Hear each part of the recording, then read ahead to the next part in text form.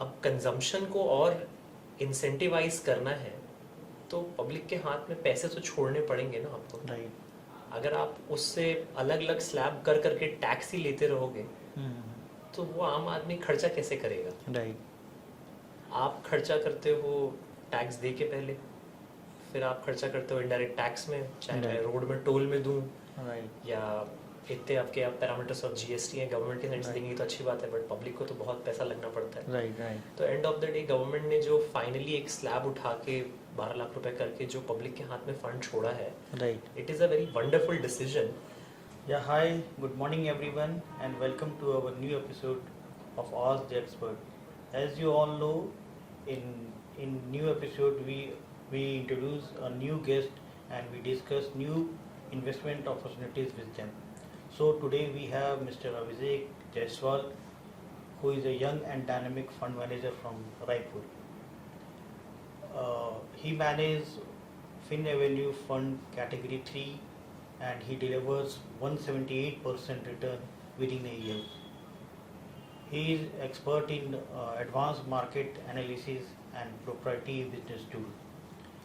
Apart from this finance, he loves fitness and traveling, and he is throughout a good learner. So welcome, Mr. Abhishek. Thank you so much, Sameer. So Really appreciate, but usually fitness and lifestyle is a parallel thing.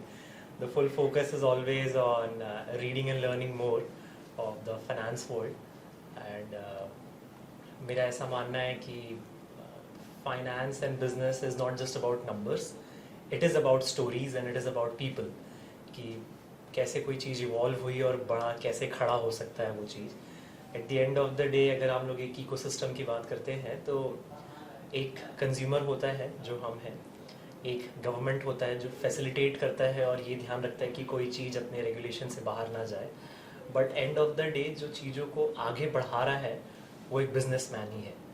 तो to read about them, to read about the business और कोई चीज़ कितना बड़ी हो सकती है उसके potential को ही स्टडी करना एक तरीके से मेरा पैशन है। अगर प्राइम एग्जांपल लेंगे वर्ल्ड लेवल पे, तो अगर एप्पल इतनी बड़ी कंपनी बन गई है कि वो किसी कंट्री की इकोनॉमी से बड़ा है आज की डेट में, तो it is a big motivation कि आप अगर सही चीज़ को स्टडी करके उसके साथ में लंबा जर्नी तय कर सकते हैं तो you can create a massive wealth. तो that is everything, and FinAvenue हम लोगों ने स्टार्ट किया। Sameer, I am all yours, please. So Abhishek, मेरा पर्सनल क्वेश्चन ये है कि आपको क्या इंस्पायर किया ये फाइनेंशियल मार्केट से जुड़ने के लिए? So as I said in the introduction itself कि कोई चीज़ जिसका इवोल्यूशन और लॉन्जिविटी बहुत बड़ा होता है मुझे वो हमेशा पसंद आती है। Okay. I don't like to play within the bounds and limits. I want to always play the long-term game. I want to play the generational game. I believe financial market is one thing where आप multiple places में अपने आप को invest कर सकते हैं, and you can be learning and creative about different sectors on the economy, on the science, tech, finance, automobile, anything. So I'm always been curious about learning, read books, and that's everything why I wanted to venture into this space.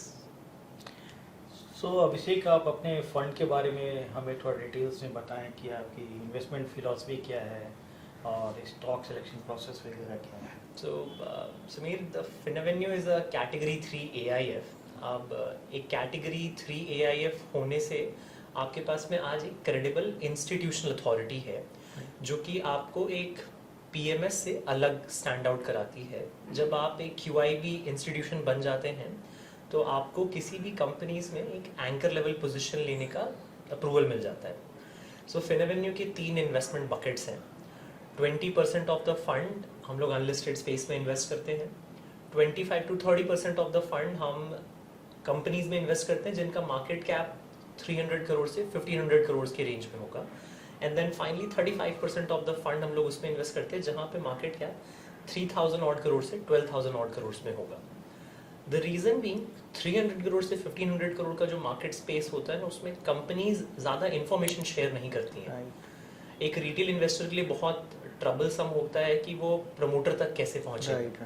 वो on site में जाके company को नहीं देख सकता है, वो assets को वेरीफाई नहीं कर सकता है, वो बुक्स की क्रेडिबिलिटी को जज नहीं कर सकता है। राइट तो वो 300 से 500 करोड़ जहाँ पे आपका पैसा 5 गुना हो सकता है, राइट उसको कभी प्रोफेशनली कोई टैप आउट नहीं कर पाता है। राइट बीइंग एन एआईएफ और एक ऑथराइज्ड इंस्टीट्यूशन, हम लोग सीधा प्रमोटर से मिल पाते हैं, बात कर पाते हैं। मैं पर्सनली महीने में 20 डेज किसी न किसी प्रमोटर से मिलता रहता हूँ, तो ऑन साइट में कुछ चीज़ों का बहुत एक्सपीरियंस हो चुका है। किसी भी एक सेक्टर की मैं 5 कंपनीज देखता हूँ, उसके बाद में आप डिसाइड कर पाते हो कि क्यों कोई एक कंपनी ज़्यादा अच्छा परफॉर्म करेगी over the period of a time. Right forensic checkup करते हो, आपका इतना बड़ा स्ट्रॉन्ग आज की डेट में सीए का नेटवर्क है कि आप प्रमोटर की क्रेडिबिलिटी और जो उसके बुक्स में नंबर्स आ रहे हैं आप उसको बहुत अच्छे से जज कर पाते हो। Right because at the end of the day financing accounting is a very beautiful art. Right मैं कुछ भी करके अपने बुक्स क्रिएट कर सकता हूँ, राइट उसको जज करना आना चाहिए आपको राइट कि वो कितना सही है और वो नंबर्स कितने स्ट्रॉन्ग और सस्टेनेबल है। राइट इसलिए 300 से 1500 करोड़ तक के मार्केट कैप में ना लोगों का ट्रस्ट नहीं आता है, राइट कंपनीज का रेवेन्यू वाइप आउट हो जाता है कभी भी। अगर आप इंडियन हिस्ट्री भी निकालते हैं आज की डेट में, आप एक स्कैन भी रन करते हैं, कितनी कंपनीज हैं out of 4000 in the market जो 1000 करोड़ या 2000 करोड़ से ऊपर का सेल्स कर रही होगी, राइट दैट इज अंडर 200। 200 तो अगर 4000 5000 कंपनीज में सिर्फ 200 ही हैं जो इतना बड़ा काम कर सकती हैं, तो मार्केट तो उसी को वेल्थ बना के देता है। राइट आपको जज ये करना होता है कि कौन सी ऐसी कंपनियां जो आज 700-800 करोड़ का बिजनेस कर रही है और ये 2000 करोड़ तक जा सकती है। राइट उस जर्नी में आपका पैसा 3 गुना हो जाता है। Yeah. ऐसा एक्सपीरियंस है, पिछले 25 साल का हिस्ट्री भी कहता है। ये फंड का 35% हो गया। फिर 30-35% जो मैं बोल रहा हूँ 3000 करोड़ से 12000 करोड़ की कंपनी, ये वो कंपनीज होती हैं जो आज एक ब्रांड बना चुकी हैं, बहुत स्टेबल हैं, जिनका पैट फिगर्स बहुत कंसिस्टेंटली ग्रो कर रहा था। तो फंड इसमें भी पैसे इन्वेस्ट करते हैं क्योंकि यहाँ पे आपका 25 से 30% का केगर रिटर्न बन जाता है। राइट जबकि जो आपका 300 से 1500 करोड़ का ब्रैकेट था, वहां पर जो केगर रिटर्न है वो 100% से ऊपर रहता है। वो आप अगर आप देखेंगे 300 से 1500 करोड़ वाली कंपनी होती है, उनमें लिक्विडिटी का एक इशू हो सकता है राइट कि आप पैसे डाल तो लेंगे, उसको निकालना डालना उसमें एक इम्पैक्ट कॉस्ट का एलिमेंट होता है। कभी कभी वो इम्पैक्ट कॉस्ट 7 से 10-12% चलता है। तो अगर आप जब तक 100-200% नहीं कमाएंगे, आप वो 15% इम्पैक्ट कॉस्ट देना भी अफोर्ड नहीं कर सकते। Right. क्योंकि एक साल भर में म्यूचुअल फंड का रिटर्न होता है 15%, Return, और right. मैं बोलूंगा कि मैं एंट्री एग्जिट में 15% खर्च करने वाला हूँ। Right that's a very risky game. Risky yes जबकि जो 3000 से 12000 करोड़ की कंपनी में इन्वेस्ट करते हैं, वहां पे इम्पैक्ट कॉस्ट जो होता है वो अंडर 2% होता है। There you can deploy 30 crore 40 crore 50 crore का इंडिविजुअल चेक, 2% इम्पैक्ट कॉस्ट में आपकी एंट्री एग्जिट हो सकती है। Given all the institutional banking that we have at our end, we are able to execute that thing. Right और जो रही बात एक 20% फंड का जो अनलिस्टेड स्पेस है, तो जैसे जैसे मार्केट में रैली आती है फिर राइज आता है और कोई सेक्टर बहुत एक्सपेंसिव हो जाता है, जब मैं उस सेक्टर में फर्दर इन्वेस्ट नहीं कर सकता हूँ न्यू फंड को, बट पैसा तो उस सेक्टर में बनना है, right we go in the unlisted market and find good credible companies with good promoter and we buy stake into them, and within 15 months time frame हम उनको IPO में कन्वर्ट कर लेते हैं, okay because we sign a SHA over there. तो it's a very legal mandate जिसमें conversion होता है या तो फिर शेयर का बायबैक होता है। ओके तो आई इंश्योर कि फिनएवेन्यू फंड बहुत एग्रेसिवली ग्रो भी करता है। फंड का 35% हिस्सा पूरे टाइम मैक्सिमम लिक्विड रहता है, ओके जिसको मैं कभी भी कैश कर सकता हूँ। ओके 30% हिस्सा जो उतना लिक्विड नहीं होता लेकिन उसमें एग्रेसिव ग्रोथ बहुत ज़्यादा होती है, ओके और 20% हिस्सा जो ब्लॉक्ड होता है पर हर 15 months में वो टर्न अराउंड होकर Turn लिस्टिंग में around. कन्वर्ट होते रहता है। Okay so this is the फिनएवेन्यू।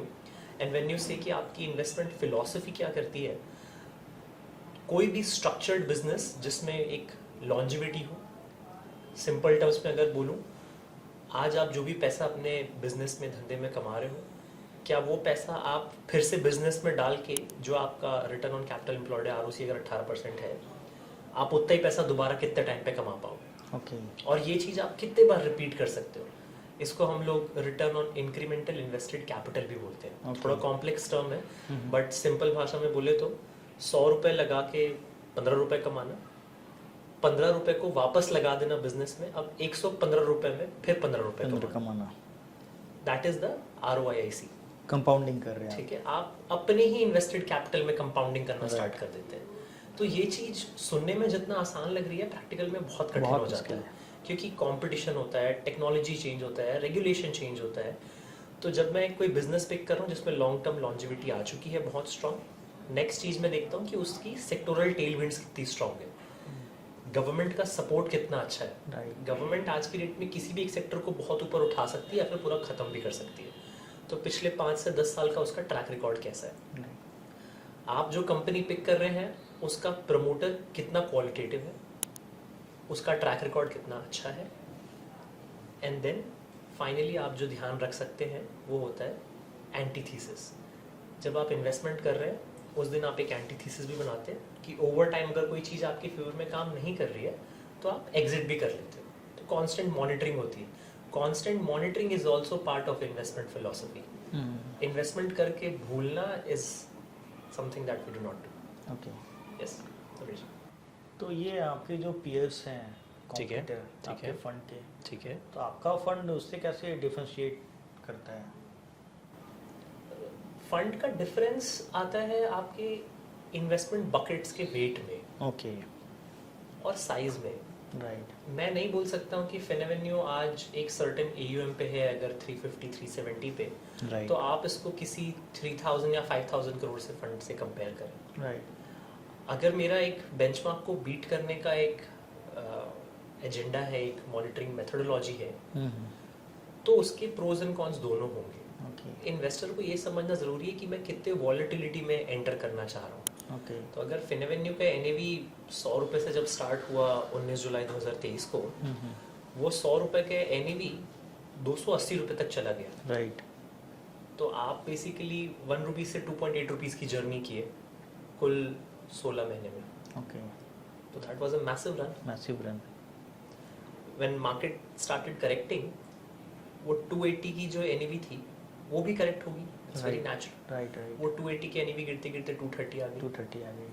ठीक है, 230 से आप आज 245 में खड़े हैं। राइट। तो एक जो आपका अल्फा एलिमेंट होता है वो दोनों साइड में प्ले होना होता है।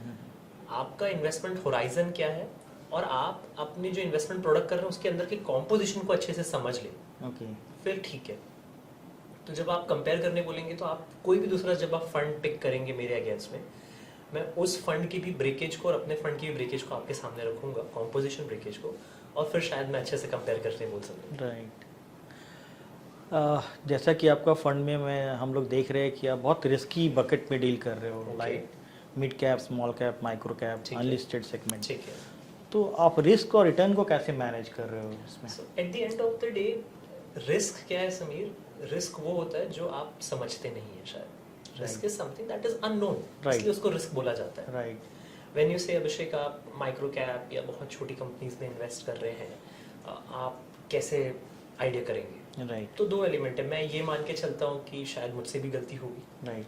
अब आप उस गलती को कैसे संभालोगे? तो वो होता है आपका एलोकेशन। राइट। अगर आपको लगता है कि आप 15 से 20 डिसीजन लेने वाले हो और उसमें 10 ही सही होंगे, तो आप कितना बड़ा परसेंटेज उसके पीछे लगाने वाले हो? You always have to know ना कि मेरे लिए डाउनसाइड क्या है। Right. It's okay to go wrong somewhere. Right. तो जो बकेट की मैं आपसे बात कर रहा हूँ 300 से 1500 करोड़ वाले मार्केट कैप कंपनीज, वहाँ पे we hold something around 25 companies in the portfolio. Okay. Average allocation जो होता है वो 1.5% से 2.5% तक जाता है Right. Maximum. Okay. At any point of a time fund का एलोकेशन उस बकेट में 40% से ऊपर ब्रीच नहीं नहीं करता है। करते हैं। ओके। और मैं ये बोल रहा हूँ कि वो वैसा बकेट है जो 100% कीगर से ग्रो करने की पोटेंशियल रखता है। ओके। तो मैं ये मान के चलता हूँ कि नेक्स्ट 3 साल के पीरियड में आज जो मेरा 30-35% का साइज है ना, वो पूरा एक अपने आप में फंड क्रिएट हो जाएगा। ओके। यस। आज की जो पोजीशन है मेरी। अच्छा, आप बोलोगे कि इन कंपनीज की क्रेडिबिलिटी आप कैसे जज करोगे? राइट। ठीक है, that's a very interesting thing. कोई एक छोटा प्लेयर का जो सस्टेनेबल क्राइटेरिया है ना, वो उससे जज किया जाता है कि वो किसको सप्लाई करता है या किसके साथ काम करता है। राइट। अगर आज मैं कोई XYZ प्रोडक्ट बनाता हूँ और मैं उसको कॉन्स्टेंटली पिछले 10 सालों से टाटा ग्रुप को दे रहा हूँ या L&T के साथ दे रहा हूँ या कोई भी लार्ज ब्लू चिप के साथ में काम कर रहा हूँ, Right. और ऐसे सेक्टर में काम कर रहा हूँ जहाँ पे बहुत स्ट्रॉन्ग पुश है गवर्नमेंट का और मेरी बैलेंस शीट हेल्दी है, राइट। तो मेरा बिजनेस वाइप आउट नहीं होगा। राइट। और मैं प्रमोटर को समझ चुका हूँ कि ये प्रमोटर नॉलेजेबल है, ये अपने बिजनेस को इंक्रीज कर रहा है, टेक्नोलॉजी में अपने लिए भी अच्छा काम कर रहा है। राइट। वो जर्नी तो आपको गो थ्रू करना पड़ेगा, वो जेस्टेशन फेज है। राइट। दो ही तरीका है, एक होता है कस्टमर बुक चेक करना, कस्टमर कॉन्सेंट्रेशन चेक करना, और कंपनी की बैलेंस शीट चेक कर लेना। अगर ये सब चीज़ों पे कंपनी फेयर आउट कर रही है और कंसिस्टेंट पैट ग्रोइंग है, आप उसमें बेट ले सकते हैं, your money will be made. तीन साल की अगर मार्केट की साइकिल होती है, अगर 2018 में तेज़ी आई थी, 2021 में तेज़ी आई, Right. 2023 में तेज़ी आई, ठीक है, अगर आप इस 3 साल के हिस्ट्री को भी ट्रैक करते हैं और आप 3 साल का इन्वेस्टमेंट होराइजन तो रखते हैं कहीं पे भी, राइट। तो सर आपका पैसा बनेगा ना। आपकी जो को रिसर्च टीम है, ओके, थोड़ा उसके बारे में बताएंगे कि कौन कौन आपको असिस्ट कर रहा है, सो फाइनल डिसीजन। सो समीर, ऐसा होता है कि फिनएवेन्यू में 24 एनालिस्ट मेंबर्स हैं, ओके ठीक है, जिसमें 16 एनालिस्ट मेंबर्स पूरे प्राइम हैं, ओके सीए सीएफएस की पूरी टीम है। सेक्टोरल रीडिंग्स बहुत स्ट्रॉन्ग फोकस करते हैं हम लोग समीर, बिकॉज आई बिलीव कि India is not a fully capitalist country, right. ठीक है, रेगुलेटेड इकोनॉमी है हमारी। मेरे को बहुत जानना ज़रूरी होता है कि कोई सेक्टर की पॉलिसी कब चेंज हो रही है, कैसे चेंज हो रही है, उस सेक्टर में वैल्यू चेन में प्रोड्यूसर से एंड यूज़र तक कितने प्लेयर इन्वॉल्व हैं, Right. किसका मार्केट शेयर कैसा है। इन सब चीज़ों को टाइमली पढ़ना, मॉनिटर करने के लिए we maintain a very healthy team. Okay above the research team there sits a KIT team. Okay KIT team में है मधुसूदन शारदा, जिनका इक्विटी मार्केट में 20 साल से ज़्यादा का एक्सपीरियंस है। वो वैलम के साथ थे, फिनएवेन्यू के साथ अब हैं। Madhu ji time and again पूरे फंड के पोर्टफोलियो में इंस्पेक्ट करते हैं, चेक करते हैं, okay because there is a periodic review every monthly meeting में। हर क्वार्टरली नंबर्स के बेसिस पे आप पोर्टफोलियो को रीबैलेंस करना भी स्टार्ट करते हो। Right. Then we have Anand Modi ji, he is a qualified CA, he is also part of, वो फॉरेंसिक अकाउंटिंग चेक करते हैं। Okay Then we have Mr. Nalin Parak ji. He's a non-executive chairman of the fund, but also part of the KIT now. He has a rich experience in the equity market of more than 25 years. ठीक है, ये KIT मेरे को final assist करती है decision लेने में। I am the CIO of the fund, जिसका अल्टीमेट फाइनल डिसीजन मेकिंग में से होता है कि कोई इन्वेस्टमेंट को अपने को पोर्टफोलियो में लाना है या नहीं लाना है, based on the upside return जो मेरी किसी भी एंटरप्राइज से बनेगा। अगर पोस्ट टैक्स वो मेरे को 30-33% के आसपास का केगर मिलता है with a haircut of let's say 15% मैं कोशिश करता हूँ कि मेरे को 27 to 29% का अगर रिटर्न बनता है फेयर टर्म्स में, that investment gets qualified. Otherwise वो बिजनेस अच्छा कितना भी होगा, मैं उसको आज परचेज नहीं कर सकता हूँ जब तक मुझे वो 27% का एक मैजिकल बॉर्डर लाइन है मेरे लिए। अगर वो नहीं ट्रिगर हो रहा है तो I will not buy, I will keep that in my watch list, but आज बाय नहीं करेंगे हम लोग उसको।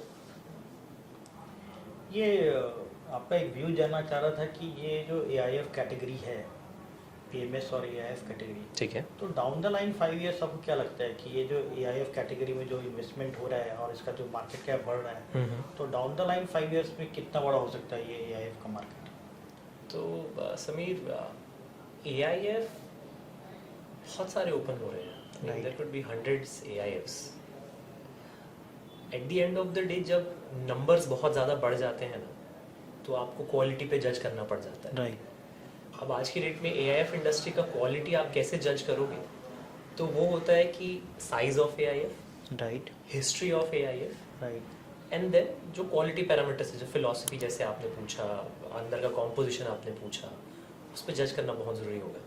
क्योंकि अगर 24-25 ऑड करोड़ से एक AIF रजिस्टर हो जाता है तो मैं बहुत सारे AIF खोल सकता हूँ ऐसे में तो, राइट बट 2500 करोड़ का कितने AIF है वो मैटर करता है। राइट तो मेरे हिसाब से जब आप 5 साल बाद भी बात करते हैं आज से, तो मैं ये बहुत आसानी से तो बोल नहीं पाऊंगा कि कितने सारे AIFs बन जाएंगे, बट मैं बोलता हूँ जो 1000 या 2000 करोड़ के AIFs होंगे ना, वो बहुत हैंडफुल होंगे, ओके वो ज़्यादा नहीं हो सकते, वो कम ही रहेंगे, कम ही रहेंगे। कम ही रहेंगे।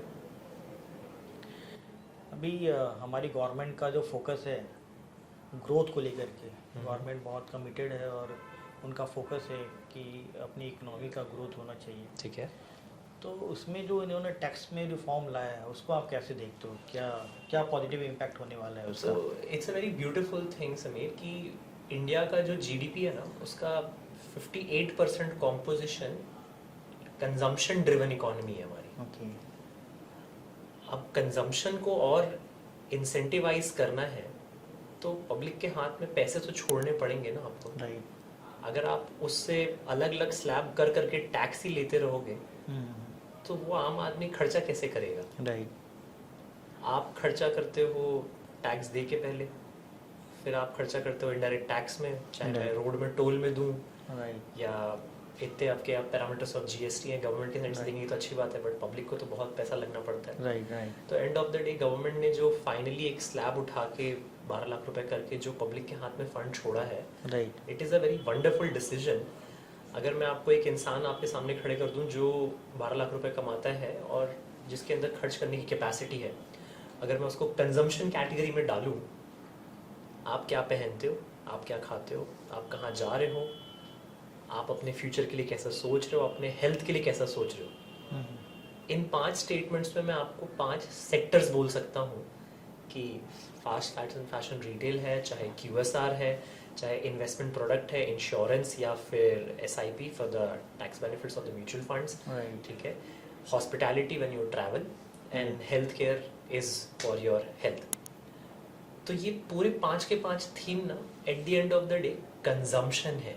ओके। तो वो 12 लाख रुपए इन सब में डिवाइड हो सकता है, आप ऐसा समझिए। ओके। वो और ज़्यादा पैसा है जो यहाँ पर अब एंट्री लेना स्टार्ट करेगा। ओके। ठीक है। दूसरे साइड पे जितना तेजी से डिजिटाइजेशन और UPI इंटरफेस अब इंक्रीज हुआ है, राइट। आपके हाथ में है स्पेंडिंग पावर। राइट। आपने बैंक में पैसा रखा हुआ है, Right. आप देश दुनिया में कहीं पे भी हो, आप एक सिंगल क्लिक से स्पेंड करना जानते हो, राइट। और कोई भी कर सकता है। आई मीन एक 14 इयर्स का लड़का भी अब स्पेंड कर रहा है और एक 65 इयर्स की ओल्ड वुमेन भी अब स्पेंड कर रही है। पहले ऐसा था कि UPI आपके अकाउंट में ही है तो आप ही कर सकते हैं। अब ऑथराइज्ड UPI आ गया है कि अगर आप चाहें तो आप अपने बैंक अकाउंट के अंदर एक 10,000 का लिमिट खोल के अपने बच्चे को दे सकते हैं कि आप 10,000 रुपये खर्चा कर सकते हो जो भी आपकी ज़रूरत होगी। तो आप कितना ज़्यादा टेक इंसेंटिवाइज कर रहे हो। तो गवर्नमेंट का एक मूव बहुत बड़ा मास्टर स्ट्रोक की तरह प्ले करेगा in the next decade I believe, क्योंकि ये पूरे 5 सेक्टर को मूव करना स्टार्ट कर देगा। वो 58% है। 58% is an magical thing economy के लिए, जिसको गवर्नमेंट इंसेंटिवाइज कर रही है। मेक इन इंडिया जो गवर्नमेंट का मेजर फोकस है, ठीक है, उसको आप कैसे देखते हो, लिंक करते हो इन्वेस्टमेंट से? सो अभी तक ऐसा हो रहा था ना कि इंडिया की पूरी 76 ईयर्स 75 ईयर्स की हिस्ट्री हम लोग देखते हैं और हम लोग जब बोलते हैं कि इंडिया की इकोनॉमी कैसे डिवाइड होती है, राइट। तो एक हमारी प्राइमरी इकोनॉमी है जहाँ पे हम लोग खेती किसानी कर लेते हैं, राइट। एक मैन्युफैक्चरिंग इकोनॉमी होती है और फिर एक टर्शरी इकोनॉमी होती है जो सर्विस सेक्टर है। राइट। अगर आप तीनों में इनपुट और आउटपुट कंपेयर करना चाहेंगे तो प्राइमरी सेक्टर में लोग ज़्यादा लगते हैं खेत चलाने के लिए, पैसा कम आता है और गवर्नमेंट उसको टैक्स भी नहीं कर सकती है। तो गवर्नमेंट को कुछ खास एडवांटेज नहीं हो रहा है उससे। उल्टा गवर्नमेंट को सब्सिडी स्कीम देना पड़ता है फर्टिलाइजर के लिए, फार्म लोन को इंसेंटिवाइज करना पड़ता है, कभी कभी लोन माफ़ी भी करनी पड़ जाती है। ठीक है, मैन्युफैक्चरिंग हमारा उतना स्ट्रॉन्ग था नहीं। थर्ड आता है सर्विस। हम लोग जो भी उसमें करते हैं वो पैसा देश के बाहर जाता है सीधा, सर्विस में आप बाहर देते हैं और वहाँ पे कम इनपुट जाता है, मतलब बहुत ज़्यादा मैन पावर नहीं लगता है। एक लैपटॉप से करोड़ों का बिजनेस हो गया आपका, तो ज़्यादा एम्प्लॉयमेंट नहीं हुआ, तो ट्रिकल डाउन नहीं होती कोई भी चीज़। फाइनली गवर्नमेंट ने इस चीज़ को रियलाइज़ किया और उन्होंने बोला कि नहीं, ये तीनों सेक्टर में ना मेरे को बीच वाले पे फोकस करना है, मैन्युफैक्चरिंग पे, जहाँ पे एक्चुअल में एम्प्लॉयमेंट क्रिएट होगी, ट्रिकल डाउन भी होगा और देश के अंदर इकोनॉमी रोटेट होगी प्रॉपर से, और मेरे को टैक्स भी करने का एडवांटेज मिलेगा एज ए गवर्नमेंट। तो उन्होंने जब मेक इन इंडिया इंसेंटिव शुरू किया, उन्होंने क्लियर बोला आप दुनिया में जहाँ से भी जो काम करना है करो आप, पर प्रोडक्शन इंडिया में करोगे आप कोई ना कुछ कॉम्पोनेंट का। और क्योंकि इंडिया पॉपुलेशन जो है वो पूरे वर्ल्ड के लिए कंजम्पशन सेंटर है, राइट। पूरे वर्ल्ड में कुछ भी बनेगा उसको बेचना आना पड़ता है इंडिया में आना पड़ता है, और गवर्नमेंट ने सिंपल बोल दिया आपको इंडिया में बेचना है तो यहाँ कुछ बनाना पड़ेगा। अब आप टाई अप करो चाहे खुद फैक्ट्री लगाओ, मेरे को उससे कोई मतलब नहीं। तो वो गवर्नमेंट का अगेन एक मास्टर स्ट्रोक है जो बहुत ही लॉन्ग टर्म विजन में प्ले करेगा। गवर्नमेंट ने उसके लिए जो जरूरी डिसीजंस होने चाहिए, केपेक्स में 11 लाख रुपए खर्च किए हैं, 11 लाख करोड़ खर्च किए हैं सॉरी, ताकि लॉजिस्टिक्स ट्रांसपोर्टेशन को अच्छा किया जा सके। डिफरेंट PLI स्कीम्स को भी गवर्नमेंट ने स्टार्ट किया है, हर एक सेक्टर के लिए प्रॉपर कैपिटल एलोकेशन किया गया। राइट। ज्योग्राफी वाइज अगर आप देखेंगे तो कुछ कुछ रीजन में टैक्स बेनिफिट दिया गया है। अगर आज से 20 साल पहले हिमाचल ने टैक्स बेनिफिट दिया था बद्दी रीजन में उठा के, आज सेम चीज़ आपको जम्मू कश्मीर में दिख रही है। कोई कोई जगह पे आप देखेंगे तो रांची, झारखंड, तेलंगाना टेक्सटाइल के लिए मैसिव टैक्स बेनिफिट क्रिएट हो गए। राइट। तो आप उस हॉटस्पॉट को अगर बारीकी से पढ़ते हैं तो आपको पता चल जाएगा कि गवर्नमेंट कुछ सेक्टर्स को बहुत ज़्यादा पुश कर रही है। एज एन इन्वेस्टर अगर आप उस सेक्टर को पिक कर लेते हैं, you are bound to make very big amount of money. अभी टैरिफ वार का बहुत चर्चा चल रहा है, ठीक है। और ये जो यूएस के स्टेप है, जो उन्होंने चाइना के ऊपर 104% का टैरिफ लगाया है, ठीक है। तो इसका इम्पैक्ट इंडियन इकोनॉमी में आप कैसे रिलेट करते हैं, और इससे इंडिया को क्या फ़ायदा होने वाला है, वो थोड़ा बताएंगे तो अच्छा होगा। तो आई स्ट्रांगली की सजेस्ट की टैरिफ वॉर तो बहुत अच्छी चीज़ नहीं है, Right. बट हर एक पॉलिटिकल लीडर को अपने कंट्री को स्ट्रॉन्ग करना बहुत ज़रूरी होता है। अगर Right. यूएस कहीं पे फॉल कर रहा था तो मिस्टर डोनाल्ड ट्रंप ने अगर कोई डिसीजंस लिया है तो ठीक है, उनके लिए है। अब बाय वर्च्यू डॉलर ही पूरे वर्ल्ड को राइड कराता है तो सबको इम्पैक्ट तो देखना पड़ेगा। राइट। यूएस का जो डिसीजन चाइना के लिए था 104%, अगर आप अगेन उस फिगर को हटा के पीछे देखना स्टडी करेंगे, राइट। चाइना का जो जीडीपी है उसका 2% ही यूएस को जाता है। ओके। तो चाइना बोलेगा मेरे 2% में 100% का इम्पैक्ट आ रहा है, कोई बात नहीं, मैं ये कहीं और बेचूंगा। राइट। जब वो चीज चाइना पूरे वर्ल्ड में डंप करना स्टार्ट करेगा ना, अब तब हम लोग को उसका प्रेशर फील होगा। ओके। और जब बाकी सारे कंट्रीज एक कोलैटरल पॉलिसी फॉर्म करना स्टार्ट करेंगे, ओके। तब उसका रियल इम्पैक्ट आएगा। अभी तक ऐसा हो रहा था ना कि चाइना लगाता था ड्यूटी, यूएस लगाता था, चाइना लगाता था, यूएस लगाता था, Right. बाकी सब कंट्रीज बहुत छोटे छोटे ड्यूटी लगाए थे। राइट। ठीक है, तो ऐसा कोई वर्ल्ड वॉर टैरिफ आउटब्रेक नहीं हुआ है अभी भी। ओके। तो मेरे को नहीं लगता है कि वो उतने बड़े प्रोपोर्शन में जाएगा भी। ओके। अगर जाता भी है, eight the end of the day again आपको इनवर्ड लुकिंग सोचना पड़ेगा। फिनोवेन्यू का हर कंपनी एक्सपोर्ट से नहीं लिंक्ड है। ओके। हार्डली मेरे पास पोर्टफोलियो में ऐसी होंगी कि 2 या 4% एक्सपोर्ट का एलिमेंट होगा, otherwise completely domestically driven fund है। राइट। पूरा कंजम्पशन इन हाउस होता है, पूरा मैन्युफैक्चरिंग सर्विस इन हाउस होता है। डेफिनेटली चाइना से कुछ पार्ट्स कंपोनेंट आप इंपोर्ट करते हो, उसमें जो ड्यूटी लगेगी तो इट्स अ न्यू नॉर्मल, हम लोग एडजस्ट हो जाएंगे उसके साथ में। कोई भी शॉप बंद नहीं हो रही है। तो क्या ये न्यू वर्ल्ड ऑर्डर की तरफ जा रहा है क्या दुनिया? डेफिनेटली एक न्यू वर्ल्ड ऑर्डर जाएगा, और न्यू वर्ल्ड ऑर्डर में आप इमर्ज भी करोगे। ओके। क्योंकि आपकी फाइनेंशियल क्रेडिबिलिटी ग्लोबल लेवल में अब सिद्ध हो चुकी है बहुत अच्छे से। राइट। आपके पास में कंजम्पशन है और आपकी गवर्नमेंट की एक स्टेबिलिटी है, तो कहीं ना कहीं इसलिए आपके तरफ चीज़ें मूव करेंगी। आपको एक मैन पावर चाहिए होता है, आपको एक स्टेबल गवर्नमेंट चाहिए होती है, आपको पावर चाहिए होता है, इलेक्ट्रिसिटी। ये सब आपकी कंट्री में आज है, मिनरल आपकी कंट्री में आज है। राइट। तो कोई भी ग्लोबल प्रोडक्शन हाउस इंडिया में आ सकता है, और आ भी रहे हैं। चाहे मैं सेमीकंडक्टर की बात करूं या बड़े कोई टेक्सटाइल प्लेयर की बात करूं या कुछ भी बोलूं, वो इंडिया प्रोडक्शन लिंक्ड हो रहा है। Okay. It will be appreciable. अगर मैं आपको टेक्सटाइल का एग्जांपल दूं तो तिरुपुर जो एरिया है साउथ Right. इंडिया में, राइट। अगर इंडिया का सिर्फ टेक्सटाइल में, फैब्रिक में अगर काम $16 बिलियन का है, तिरुपुर छोटे से एरिया से पूरे कंट्री का 40% मार्केट संभालता है। राइट। 16 बिलियन, ठीक है। बांग्लादेश का 40 बिलियन का इकोनॉमी है टेक्सटाइल में, फैब्रिक में। चाइना का 160 बिलियन का है। राइट। अगर मैं चाइना का 10% मार्केट भी इंडिया लेके आ जाता हूँ किसी तरीके से, कुछ भी जोड़ भाग करके, चाहे मैं गवर्नमेंट की मदद लूँ, पॉलिसी ठीक करूँ, मेहनत भी करूँ, वो 16 बिलियन हमारे लिए 100% से ऊपर हो जाएगा। 100% से ऊपर होगा। आप उसका इम्पैक्ट सोचिए, वो कितना मल्टीप्लायर में काम करेगा। राइट। राइट। तो you have to be patient, और चीज़ें वर्क करेंगी। ओके। ये इंटरेस्ट साइकिल अभी देख रहे हैं कि नीचे आ रहा है। ठीक है, गवर्नमेंट ने इंटरेस्ट भी कम किया है, प्लस सीआरआर भी कम कर रही है ठीक है। गवर्नमेंट।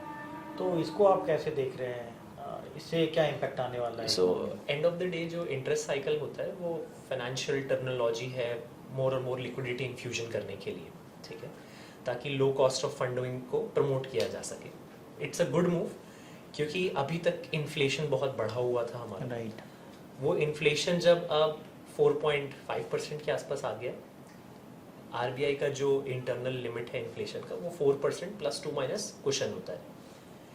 गवर्नमेंट का जो फिस्कल डेफिसिट था वो 9% में था अगर 21 में, तो वो आज गिर के 5.5% आ गया। राइट। गवर्नमेंट ऑफ इंडिया का जो FRBM एक्ट था उसमें मैंडेट दिया गया था कि आपको फिस्कल को 3.5% के आसपास लाना है। राइट। तो अभी भी 3.5 5.5 एक थोड़ा सा फासला है। जब तक ये फासला और छोटा नहीं होगा ना, मैं एक्सपेक्ट नहीं कर रहा हूँ कि हम लोग इंटरेस्ट रेट बहुत तेजी से काटेंगे, ओके। क्योंकि इन्फ्लेशन वापस ऊपर आ जाता है। ओके। ठीक है, बट पहले इंटरेस्ट साइकिल अप का था जो चल रहा था वॉर के समय से, वो अब Right. नीचे आना स्टार्ट हो गया। इसका इम्पैक्ट हर फाइनेंशियल इंस्ट्रूमेंट पे दिखेगा, ओके। चाहे मैं हाउसिंग फाइनेंस कंपनीज की बात करूं, राइट। ठीक है, जो और नीचे लोन बांट सकते हैं क्योंकि उनके लिए कॉस्ट ऑफ बोरोइंग ऊपर से कम होना स्टार्ट हो जाएगी। राइट। ठीक है, और नीचे जहाँ पे लोन बांटते हैं वो उतना तेजी से कॉस्ट ऑफ बोरोइंग में चेंज करते नहीं, तो वो बहुत ज़्यादा। राइट। ठीक है, बैंक्स के लिए बहुत अच्छी चीज़ है कि वो लोग और अब लोन डिस्पर्स कर सकते हैं, तो ये बहुत अच्छी चीज़ है, मेरा ऐसा मानना है। RBI को अभी भी डॉलर पे काफ़ी स्ट्रॉन्ग कंट्रोल रखने की ज़रूरत है, बिकॉज वो एक चीज़ है जो हम लोग से शायद उतना इफेक्टिवली मैनेज नहीं हो पा रही है। ओके। क्योंकि आप अगर फॉरेक्स रिजर्व भी देखते हैं, भले ही आज बोलने के लिए बहुत बड़ा फिगर है $650 बिलियन का, राइट। बट ये फिगर 10 साल पहले 300 बिलियन था। 300 बिलियन था। तो आप 300 बिलियन से 650 ही तो आए हैं, आपने बहुत बड़ा फिगर जंप नहीं लिया है सर। राइट। ठीक है, और जबकि आपकी जो करेंसी है वो हर साल 4% से टूट रही है। टूट रही है। यस। तो आई थिंक डॉलर को आपको संभालना बहुत ज़रूरी है।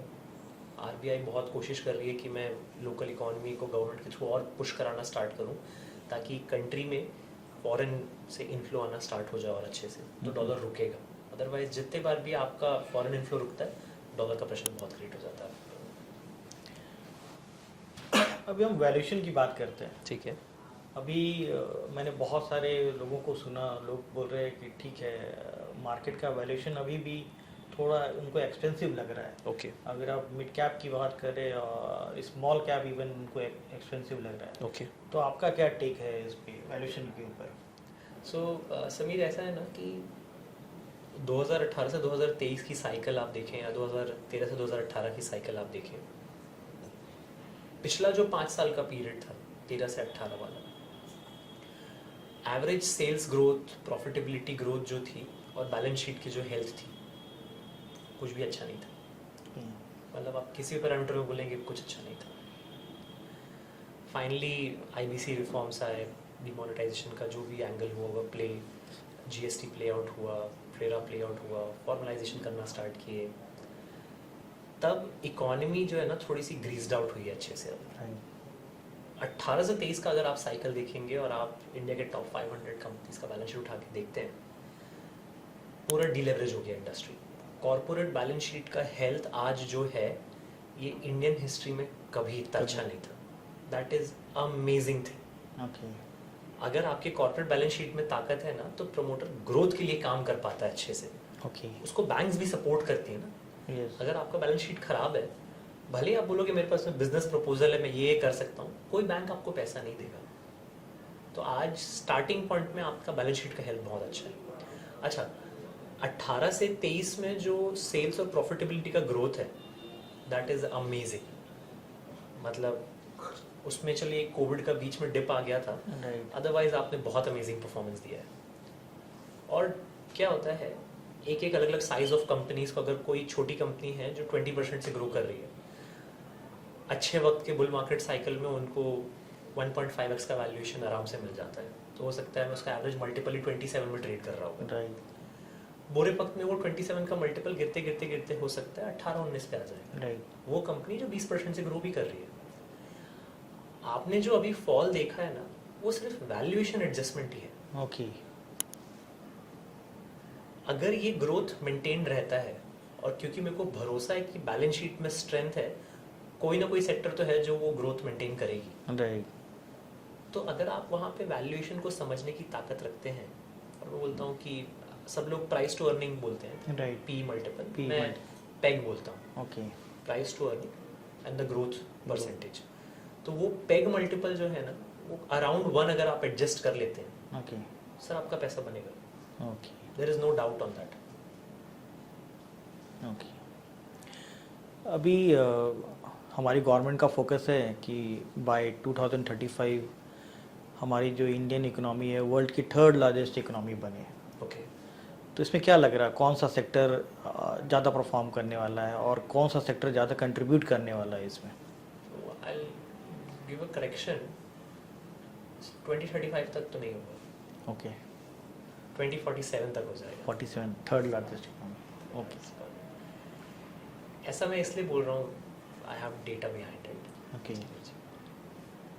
अगर कोई कंट्री हिस्ट्री में सबसे तेज ग्रो की है ना, राइट, मतलब यूएस फेल है, जर्मनी फेल है, चाइना फेल है, तो वो था जापान। जापान।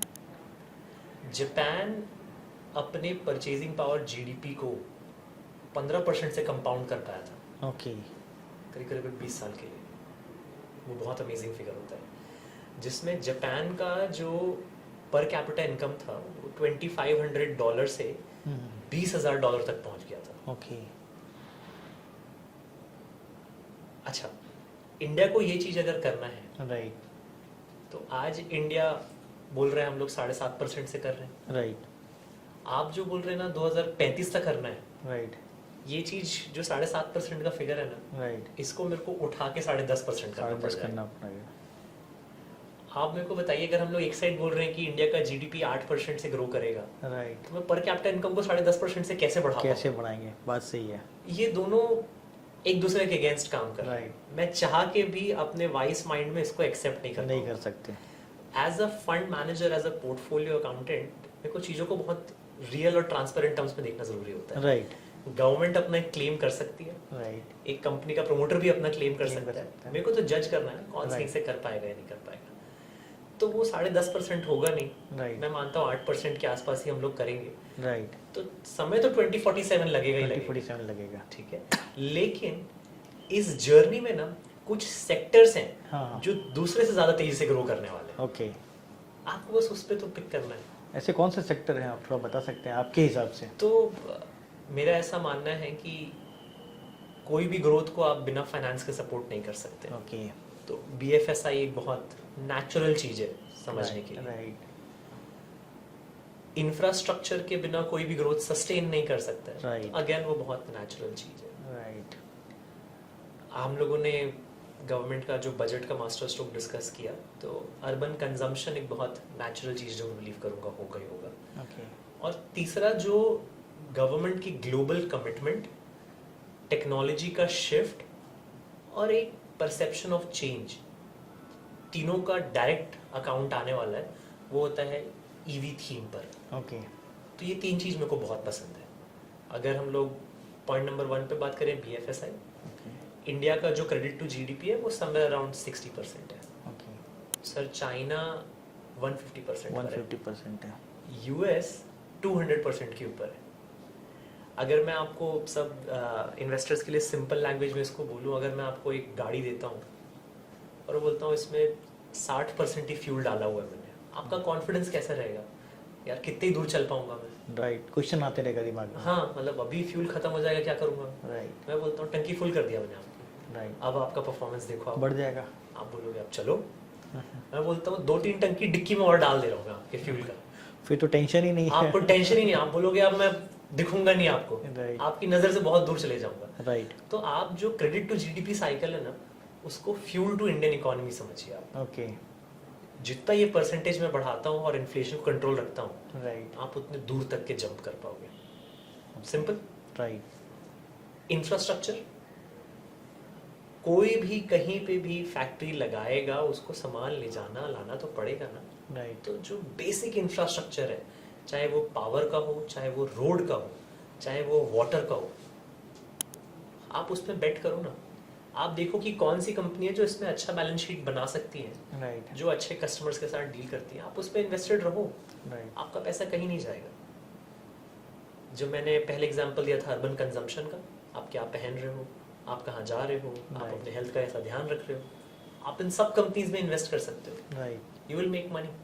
राइट, और लास्ट जो ईवी थीम है, सर आप ऐसा समझिए कि अगर गवर्नमेंट ने ग्लोबल लेवल पे जाके कमिटमेंट किया है, जो हमारा पेरिस समिट हुआ था कि मैं इतना डीकार्बनाइज करूंगा, राइट, वहां से जो ट्रेंड शुरू हुआ, एक साइड आपने ईवी व्हीकल्स पे जो आपका आरटीओ टैक्स होता है उसको 18% से 5% कर दिया। एक ही चीज मिसिंग है आज की डेट में, वो है ग्राउंड इंफ्रास्ट्रक्चर। एक आम आदमी जब ईवी की गाड़ी लेता है ना, तो उसको सोचना यही पड़ता है कि यार मैं इसको लेके कहाँ तक जा पाऊंगा। तो जैसे जैसे ग्राउंड इंफ्रास्ट्रक्चर अच्छा होगा ना, ईवी बहुत एक नेचुरल शिफ्ट है जो हर कोई एक्सेप्ट करना स्टार्ट कर देगा, क्योंकि वो फ्यूल के कॉस्ट के अगेंस्ट में बहुत सस्ता पड़ जाता है आपको। ओके। एक ये गवर्नमेंट का, और एक अगर कोई स्पेशल फाइनेंसिंग स्कीम खड़े होती है सिर्फ ईवी के लिए, आप देखिएगा उसका इम्पैक्ट बहुत बड़ा क्रिएट होगा। तो ये 4 सेक्टर्स जो मुझे पसंद है और क्यों पसंद है और उसमें क्या हो सकता है। अभिषेक जी, अगर मैं आपको चॉइस दूं कि आपको इंडिया और यूएस में चुनना है, तो आप किस मार्केट को चुनेंगे और क्यों? इंडिया बहुत यंग है, आपको यंग पे ही बेट करना पड़ेगा। राइट। और इंडिया के पास में नंबर्स हैं, आपको नंबर्स पे ही बेट करना पड़ेगा। आप सोच भी नहीं सकते हैं वहाँ जाने की, आप उनसे सीख जरूर सकते हैं राइट। कि उन्होंने क्या किया, कैसे किया, बट करेंगे हम लोग ही। ओके। और हम लोग अपने लिए भी करेंगे और पूरे वर्ल्ड के लिए भी करने वाले हैं। ओके। और वर्ल्ड में कोई कुछ भी करे, उनको आना हमारे पास पड़ेगा। हमारे पास ही है। तो इट्स अ नेचुरल थिंग कि आपको प्रो इंडिया पिक करना ही पड़ेगा। हाँ, कभी कभी जज्बात बहुत आगे चले जाते हैं और इसीलिए वैल्यूएशन इतने ऊपर चले जाते हैं। राइट। वही ठीक हो रहा है, बाकी इट्स ऑल गुड। ओके। सो अभी क्या लग रहा है आपको, ये जो रैली कंटिन्यू हुआ है मार्केट में, ठीक है। ये एज इट इज़ अपट्रेंड में रहेगा या आपको कुछ और करेक्शन आने वाले समय पे दिख रहा है? नहीं समीर, तो आई थिंक बहुत पब्लिकली डिस्क्लोज्ड इन्फॉर्मेशन है। फिनवेन्यू के ट्रैक रिकॉर्ड में जब हम लोगों ने जुलाई 2023 में फंड शुरू किया था, राइट। वहाँ से फंड में कभी 1% का भी कैश नहीं होता था। ओके। कभी नहीं होता था। ये पहला कैश क्रिएट होना स्टार्ट हुआ सितंबर 2024 में। और अगर आप ट्रैक रिकॉर्ड निकालेंगे और जाके कभी मेरे ब्लॉग्स को देखना चाहेंगे, तो 2 सितंबर 2024 को मैंने पब्लिकली ब्लॉग इशू कर दिया था ओके। कि मैं अब मार्केट में थोड़ा सा टॉपिश साइन देख रहा हूँ और मैं कैश क्रिएट करना स्टार्ट कर दूंगा। ओके। तो इसीलिए पिछले 7 महीने में मार्केट जितना गिरा है उससे कम फिनवेन्यू फंड गिरा हुआ है। ओके। We protected. हाल में ही 17 फरवरी 2025 को मैंने फिर से ब्लॉग इशू किया, अपने सारे इन्वेस्टर्स के साथ कॉल किया ओके। कि मुझे इन पैरामीटर्स पे मार्केट अच्छा लग रहा है। बिकॉज जैसे आपने इंट्रोडक्शन में बताया था, मेरा एक क्वांट एल्गोरिथम प्रोग्राम भी है राइट। जो मार्केट मैट्रिक्स को स्टडी करता है अच्छे से। राइट। तो वो मेरा थोड़ा सा सीक्रेट सॉस भी है, एक तरीके से आप बोल सकते हैं। बहुत बड़ी कोई तोप चीज़ नहीं है, बट मेरा एक कंफर्ट है उसके साथ में। तो मुझे वो टाइम टू टाइम मार्केट को रीड करने में असिस्ट करता रहता है। तो आई बिलीव 17 फरवरी के बाद से मार्केट में एक बॉटम प्लेस हो चुका है। और क्योंकि ये पब्लिक फोरम है, मैं बहुत बड़ा स्टेटमेंट नहीं दे सकता हूँ, बट अगर आप एक ह्यूमरस कोट में भी इसको लेना चाहें, हाँ हाँ। तो आज से 8-9 महीने के अंदर हम लोग 29,000 टच कर जाएंगे। Okay, that's great. तो अगर हम लोग आज 24,000 के आसपास हैं, आप 29,000 टच करेंगे। तो ये जैसे मैंने आपका इंट्रोडक्शन में बताया था कि आप एक्सपर्ट हो क्वांटिटेटिव एनालिसिस में, तो ये क्वांट फॉलो करते हैं या कुछ नया आपने बनाया है? नहीं, एक प्रकार का क्वांट स्ट्रेंथ ही है। अगर मैं आपको मेरे को आपको थोड़ा सा लेमन में बताना पड़ेगा Right. इसको समझाने के लिए। राइट। अगर मैं आपको एक ग्राउंड दे दूं जिसमें मैं 50 लोगों को दौड़ने बोल रहा हूँ एक सर्कल में, राइट। अब एक आप छत में ऊपर से बैठे हुए हैं और आपको हर मिनट टू मिनट कि यार प्लेयर नंबर 1 10 मिनट में कितना तेजी से दौड़ रहा है, राइट। प्लेयर नंबर 51 10 मिनट में कितना तेजी से दौड़ रहा है, प्लेयर Right. नंबर 38 10 मिनट में कितना तेजी से दौड़ रहा है। राइट। यही दौड़ने की स्पीड और क्षमता 5 मिनट, 10 मिनट, 1 दिन, 10 दिन मैं आपको डेटा देना स्टार्ट कर दूं, अच्छा। आपको जैसे जैसे वो अपने आप को इम्प्रूव करना स्टार्ट करेंगे, डे 1 पे और डे 10 पे जब आप देखेंगे तो आप बोलेंगे यार आज 10वां दिन है, लेकिन जो 50 लोग दौड़ रहे थे ना, उसमें 70% लोग की तेजी आ गई अपने आप। राइट। ये 10 दिन पहले नहीं दिख रहा था मेरे को। राइट। अब आप इसको बस 4,000 स्टॉक से रिप्लेस कर दीजिए और छत में मेरे को बैठा दीजिए। ओके। मैं कंपनीज को उनका नाम हटा के प्योरली सेक्टर में डिवाइड करके देखता हूँ कि उनकी मूवमेंट स्ट्रेंथ कितनी अच्छी हो रही है बढ़ने और गिरने की। ओके। देन इसका एक second order, third order analysis होता है। थोड़ा कॉम्प्लेक्स होते जाएगा वो, बट वो मेरे को रिफाइन करने में हेल्प करता है कि एक्चुअली में स्ट्रेंथ कहाँ इमर्ज हो रही है। ओके। कौन से ऐसे 10 सेट ऑफ प्लेयर्स हैं जो ज़्यादा अच्छा कर रहे हैं, सेक्टर का कुछ वर्चू होगा, उनकी फंडामेंटल स्टडी आप करते हो और आप डिसाइड करते हो कि ये प्लेयर अच्छा कर सकता है. It's a healthy mix. Abhishek ji, हमारे यंग इन्वेस्टर को आपका कुछ मैसेज देना चाहते हैं तो प्लीज़ आप हमारे यंग इन्वेस्टर को कुछ मैसेज दीजिए अबाउट इन्वेस्टमेंट. मार्केट पेशेंस को रिवॉर्ड करता है, ब्रिलियंस को नहीं. ओके. आप कितना ही अच्छा कोई चीज़ कर लें, बट आपने उसको गलत टाइम पे कर दिया है और आपके अंदर पेशेंस कम है, तो शायद आपको रिवॉर्ड नहीं मिलेगा. राइट. वॉरेन बफेट का मैक्सिमम वेल्थ उनके इन्वेस्टमेंट जर्नी के 35 साल बाद बना था, राइट. 40 साल बाद बना था. But he was patient. उनको लाइफ में कभी लालच नहीं हुआ किसी चीज़ का. The problem with the new blood, new youngster, new investor is हम लोग चीज़ों को बहुत जल्दी चाहते हैं. जल्दी चाहते हैं. अगर आप उस चाहत को छोड़ देते हैं तो वो आपको मिल जाएगा. राइट. लेकिन अगर आपकी एंट्री उसी चाहत से है तो वो आपको नहीं मिलेगा. It's a very hard truth. So thank you mister Abhishek Jaiswal. ये हमारे फिन एवेन्यू के फंड मैनेजर हैं और इन्होंने बहुत खूबसूरत बात कही है कि अगर आप वेल्थ बनाना चाहते हो तो पेशेंस, आपका धैर्य जो है वो बहुत इक्विवेलेंट रोल प्ले करता है. तो इसी के साथ ये हम शो ख़त्म करते हैं. और अगर आपको फिर भी कुछ जानकारी चाहिए और फिन एवेन्यू फंड के बारे में जानना है, समझना है, तो प्लीज़ हमारे नीचे दिए गए वेबसाइट पे हमें विजिट करें और दिए हुए कॉन्टैक्ट नंबर पे हमें कॉल करें. Thank you very much. Thank you.